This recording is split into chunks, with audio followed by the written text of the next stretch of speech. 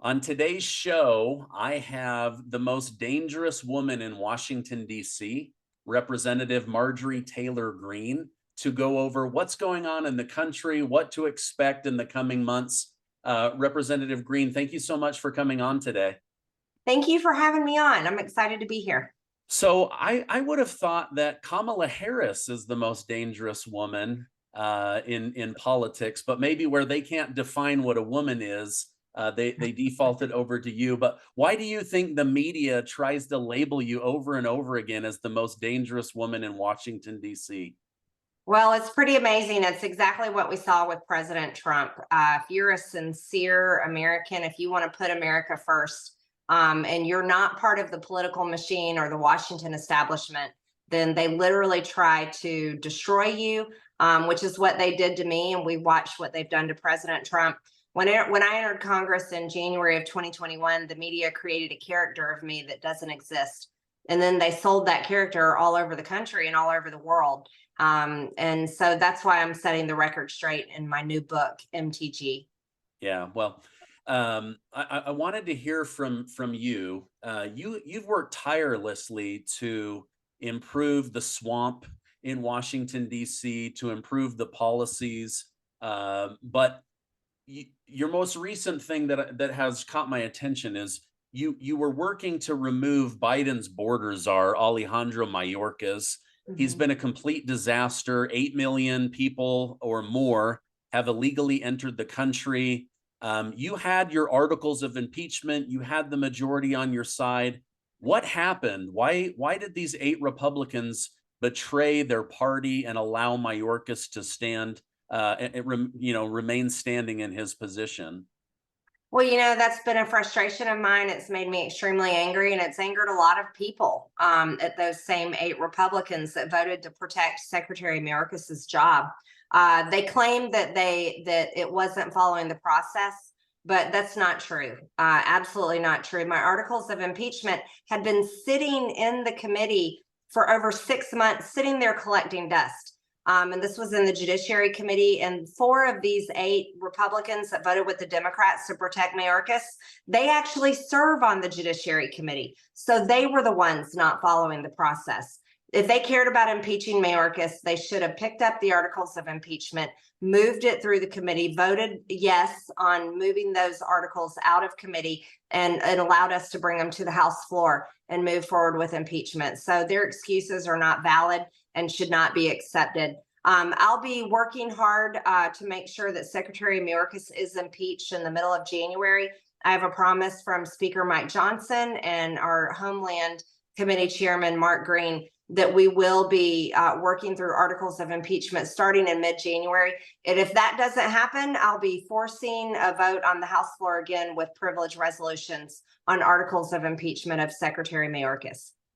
Yeah, I appreciate that. Most of the people that follow me, they've been watching this border disaster, and they've also been getting gaslit by the media that there is no problem. Yeah. Democrats say this is a Republican talking point, it's a boogeyman, and yet now the numbers have come out. Over 8 million people. That's bigger than Utah. That's bigger than Tennessee. That's bigger than Nebraska. We are being flooded, and the proof of that is our safety net programs are being overwhelmed, and many of these illegal immigrants, they're being treated better than our veterans and our senior citizens. Mhm. Well, it's far more than 8 million. It's actually over 10 million now. And over 1.8 million of those are gotaways. These are people from over 160 countries. We don't know who they are, where they're from, and what they're doing in our country. We do know, even the FBI director, Chris Wray, admitted to our Committee on Homeland that he knows that many of those are terrorists, and the numbers are extremely high and terrifying. The problem is that the Biden administration is willfully breaking our border laws. To me, this is beyond impeachment. It's actually treason. And I think we need to start using that word treason as the right word to use when we have people elected that swear an oath to uphold our Constitution, but they're aiding and abetting enemies. And that's what they're doing with these illegal aliens that are breaking the law and entering our country. And they're throwing out veterans, elderly people, disabled Americans. They're throwing them out on the streets, and they are taking care of these illegal aliens with the American people's hard-earned tax dollars. Impeachment is an incredible tool, and it should be used. I wrote a whole article. I'm sorry, I wrote a whole chapter in my book about impeachment because I believe that we should be using impeachment. But sadly, we don't have enough Republicans with a backbone to follow through on that and hold them accountable. Yeah, I like how they impeached Trump twice over ridiculous claims, and then when he's out of office, they say, you know, we really shouldn't be throwing this word around. We shouldn't be using this tool. It's just revenge at this point. Really quickly, I want to go back to those 8 that allowed Mayorkas to stay in power. Didn't those same 8 just go on to agree to, or they voted in the yay to impeach or open an inquiry into impeaching Joe Biden? So is this a policy thing, or are they just doing selective based on who they like or dislike? Why would they now vote to open this inquiry of impeachment on Joe Biden? Well, it took a lot to get some of them there on that vote. You know, people like Ken Buck, he was definitely difficult. Tom McClintock from California was another that was difficult to get there. You know, those are our problem people. And there's more of them. We had a hard time moving them to get this impeachment inquiry vote done. But I believe it was the public pressure that they faced after voting no on impeaching Secretary Mayorkas that helped move them towards voting yes for an impeachment inquiry for Joe Biden. It's kind of like they learned their lesson hearing from their own constituents and from Americans all over the country that they want Republicans to vote for impeachment.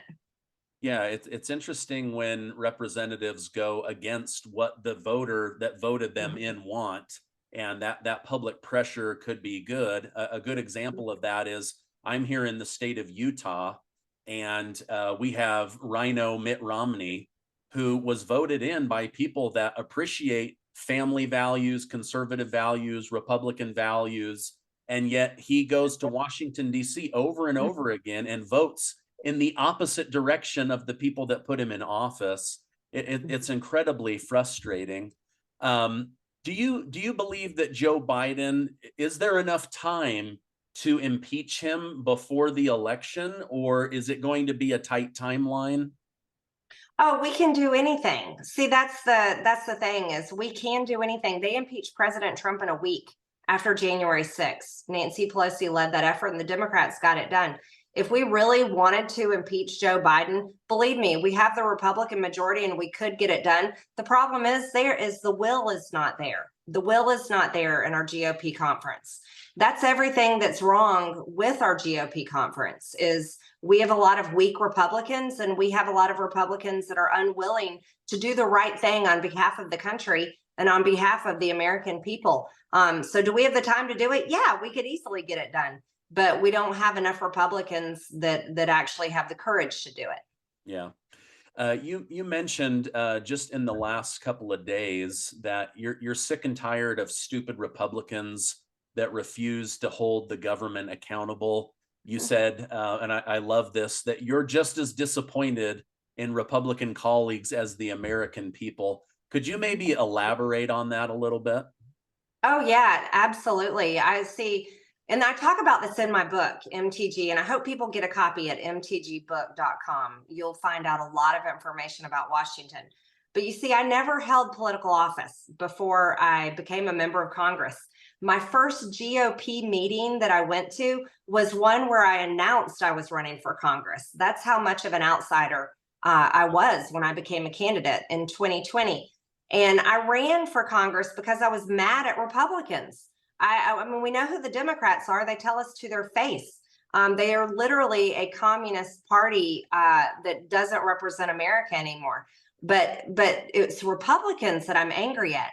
And I started out angry at Republicans, and I'm still angry at Republicans because they say the things we want to hear them say. They promise the promises we want to hear promised.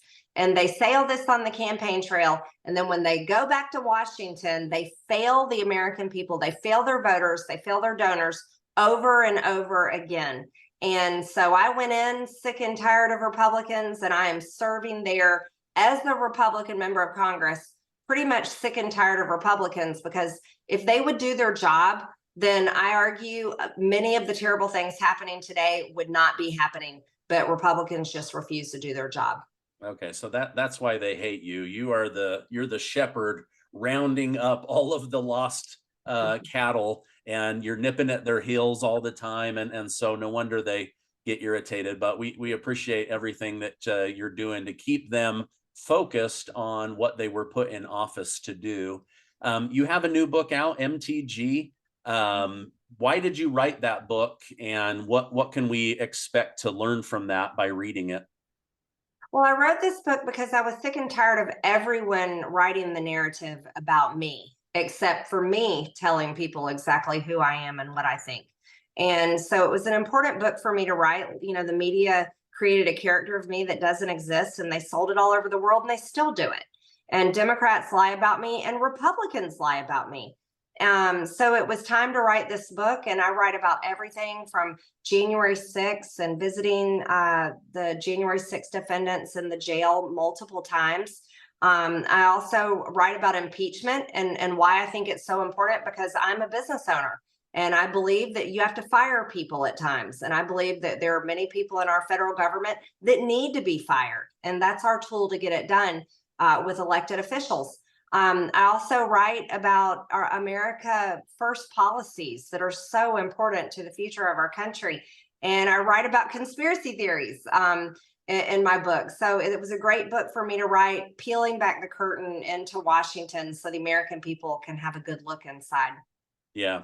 I saw a great meme the other day. It said, I need more conspiracy theories because they keep coming true, right? Like so many of the things that the media says, oh, this is a false narrative about Mhm. COVID, vaccines, the government, corruption, impeachment. And then it all ends up being true. And we feel like, oh my gosh, like I gotta quit thinking I'm a conspiracy theorist, and it's conspiracy fact.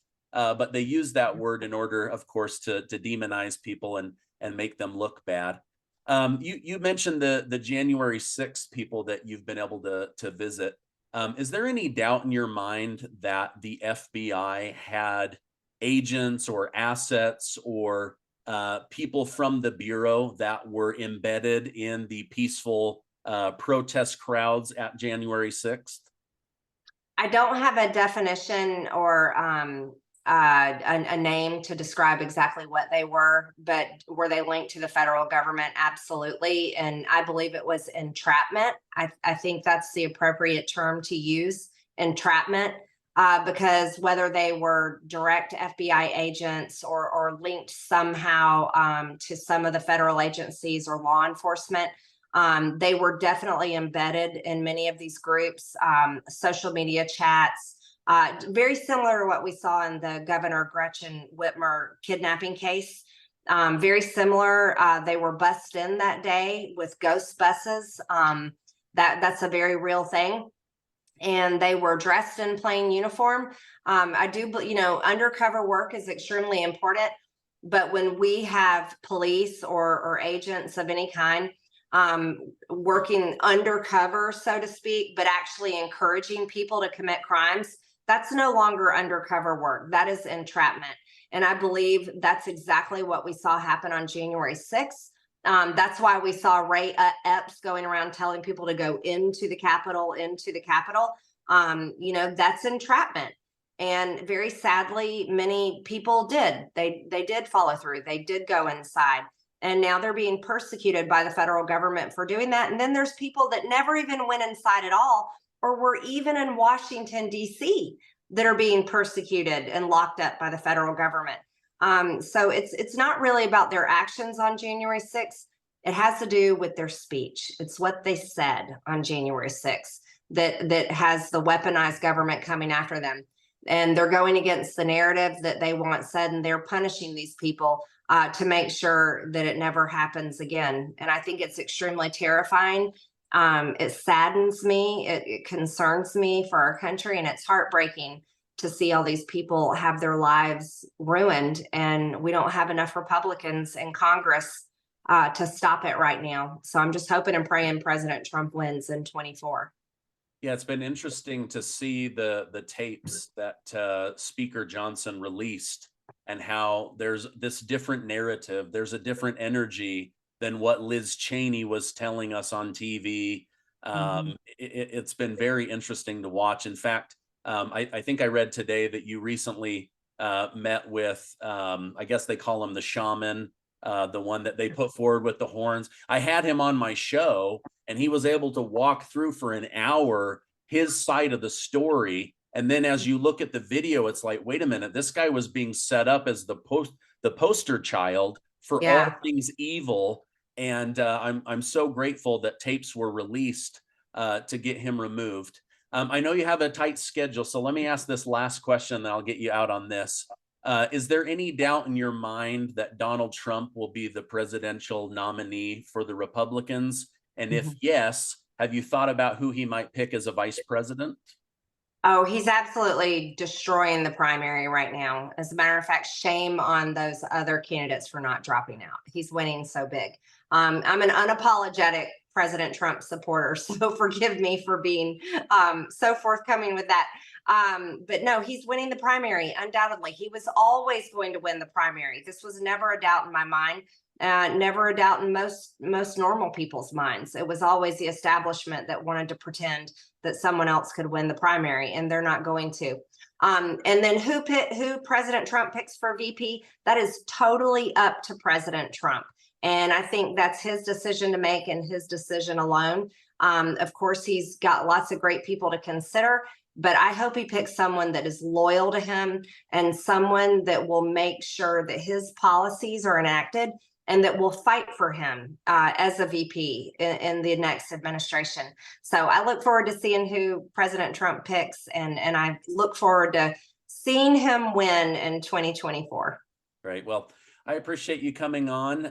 If people want to get the book, I'm going to put that link down below. I encourage you to pick that up. If people want to follow you and stay connected, what's the best way to do that online? Any social media platform. I have two different accounts. As a member of Congress, we have our congressional account. That's Rep MTG. And then I have my own personal accounts, and they vary depending on which platform you're on. On X, it's MT Greene E with two E's on the end. And then it's Real Marjorie Greene on Instagram and other different platforms, or at MTG on Truth Social. Okay, great. Thank you so much for coming on. Representative Marjorie Taylor Greene, the most dangerous woman in Washington, D.C. Happy holidays, and I hope you have a great rest of your day. Thank you so much. Merry Christmas.